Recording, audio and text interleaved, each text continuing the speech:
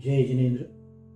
पूर्णार्घ जैन ग्रंथवाचन अर्घ 7 भाग 52। 8 संयम मार्गणा। व्रताचे ग्रहण, समतीचे पालन, कषायांचा निग्रह, अनर्थदंडाचा त्याग, पंचेंद्रियाच्या विषयाचा जय यास संयत म्हणतात। संयमाचे 5 भेद आहेत। 1 सामायिक, 2 छेदोपस्थापना, 3 परिहार विशुद्धी, 4 सूक्ष्म संप्राय, 5 यथाख्यात। बादर संज्वलनाचा उदय असताना 6 ते 9 गुणस्थानात सामायिक व छेदोपस्थापना संयम भाव असतात। परिहार विशुद्धी संयम भाव 6-7 गुणस्थानात होतो।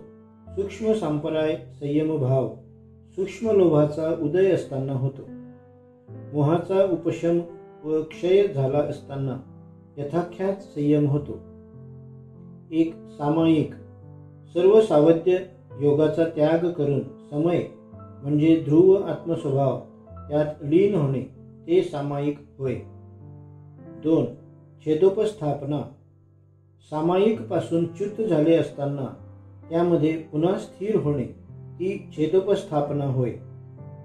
3 परिहार विशुद्धी, जन्मल्यापासून 30 वर्ष सुखी जीवन घालवून नंतर दीक्षा ग्रहण करून तीर्थंकर पादमुलात 7 ते 8 वर्ष प्रत्याख्यान शास्त्राचा अभ्यास करतो। त्या परिणाम विशुद्धीमुळे त्याला विहार करताना जमिनीवर पाय न टेकता अधरगमन करण्याची वृद्धी प्राप्त होते। तो संध्याकाळ सोडून 2 गव्युती अधरविहार करतो, तो परिहार विशुद्धी संयम होय। सूक्ष्म लोभाचे वेदन करीत असताना जी परिणामाची विशुद्धी होते तो सूक्ष्म संप्राय संयम होय। 5 यथाख्यात संयम, मोह कर्माचा उपशम किंवा क्षय झाला असताना जसे आत्म्याचे मूळ स्वरूप आहे त्यात लीन होणे तो यथाख्यात संयम होय। देश संयम, प्रत्याख्यानावर कषायाचा क्षयोपशम झाला असताना 5 अणुव्रत, 3 गुणव्रत, 4 शिक्षाव्रत याप्रमाणे श्रावकाचे 12 व्रण धारण करण्याचे परिणाम होतात, तो देश संयम होय। असंयम, अप्रत्याख्यानावरण कषायाचा उदय असताना संयम धारण करण्याचे परिणाम न होणे तो असंयम होय। जीव समास 14 आहेत। 1 एकेंद्रियाचे 2 भेद बादर सूक्ष्म, 3 विकलत्रय द्विंद्रिय त्रिंद्रिय चतुरिंद्रिय, पंचेंद्रियाचे 2 भेद सज्ञी असज्ञी यांचे पर्याप्तक अपर्याप्तक या अपेक्षेने 2 + 3 + 2 बरोबर 7 × 2 बरोबर 14 प्रकारचे जीव समास आहेत। त्यांची विराधना न व्हावी असे वीरतरूप संयमरूप परिणाम न होणे तो असंयम होय। इंद्रियाचे विषय 28 आहेत। 5 रस, 5 वर्ण, 2 गंध, 8 स्पर्श, 7 स्वर, 1 मन या इंद्रिय विषयापासून विरती निवृत्ती होण्याचे परिणाम न होणे तो असंयम होय। 9 दर्शन मार्गणा, प्रत्येक पदार्थ हा अनेकांतात्मक, उभयधर्मात्मक, सामान्य विशेष धर्मात्मक आहे। तथापि पदार्थाला जाणताना सर्वप्रथम पदार्थाच्या विशेष अंशाचे ग्रहण न होता सामान्य अंशाचे ग्रहण होते, ते दर्शन होय।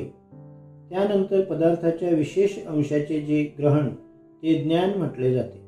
छद्मस्थ जीवाला प्रथम दर्शन होते, नंतर ज्ञान होते। दर्शन झाल्याशिवाय ज्ञान होत नाही।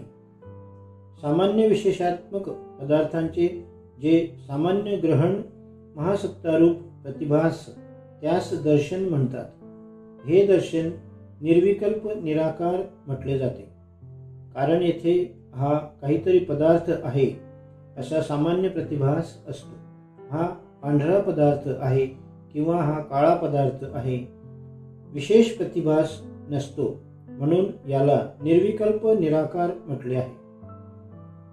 पदार्थाच्या विशेष प्रतिभासाला सविकल्प साकार ज्ञान म्हणतात. दर्शन हे निराकार निर्विकल्प असते. दर्शनाचे 4 भेद आहेत. 1 चक्षुदर्शन, 2 अचक्षुदर्शन, 3 अवधी दर्शन, 4 केवल दर्शन. 1 चक्षुदर्शन. चक्षुरिंद्रियाने होणाऱ्या ज्ञानाच्या अगोदर जो सामान्य विशेषात्मक पदार्थाचा सामान्य प्रतिभास होतो, जे प्रकाशते ते दिसते ते चक्षुदर्शन होय. जे दिसते ते ज्ञान आहे, अगोदर जे प्रकाशते ते दर्शन. 2 अचक्षुदर्शन. चक्षुशिवाय बाकीच्या इंद्रियांनी होणाऱ्या ज्ञानाच्या अगोदर जो पदार्थाचा सामान्य प्रतिभास होतो त्याला अचक्षुदर्शन म्हणतात. इतर इंद्रियाने होणाऱ्या ज्ञानाचे अगोदर जो सामान्य प्रतिभास होतो ते अचक्षुदर्शन होय. 3 अवधी दर्शन. अवधी ज्ञानाचे पूर्वी होणारा जो सामान्य प्रतिभास ते अवधी दर्शन होय. 4 केवल दर्शन. केवल ज्ञानाबरोबर होणारा जो सामान्य प्रतिभास ते केवल दर्शन होय. केवल ज्ञानामध्ये आपल्या ज्ञानाकारामध्ये सर्व ज्ञेय वस्तूंचा युगपत स्वपरसत्ता रूप एकाकार ज्ञानाकार रूपच प्रतिभास होतो.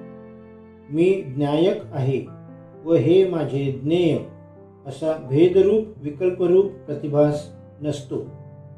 म्हणून केवल ज्ञान व केवल दर्शनाने युगपत निराकार निर्विकल्प ज्ञानाकाराचेच ग्रहण होते. त्यामध्ये सर्व ज्ञेयकार अंतर्भूत असतात. म्हणून केवल ज्ञान स्वपरज्ञायक सर्वज्ञ म्हटले आहे. वास्तविक केवल ज्ञानाचा उपयोग स्वप्रतिभास्वरूप असतो.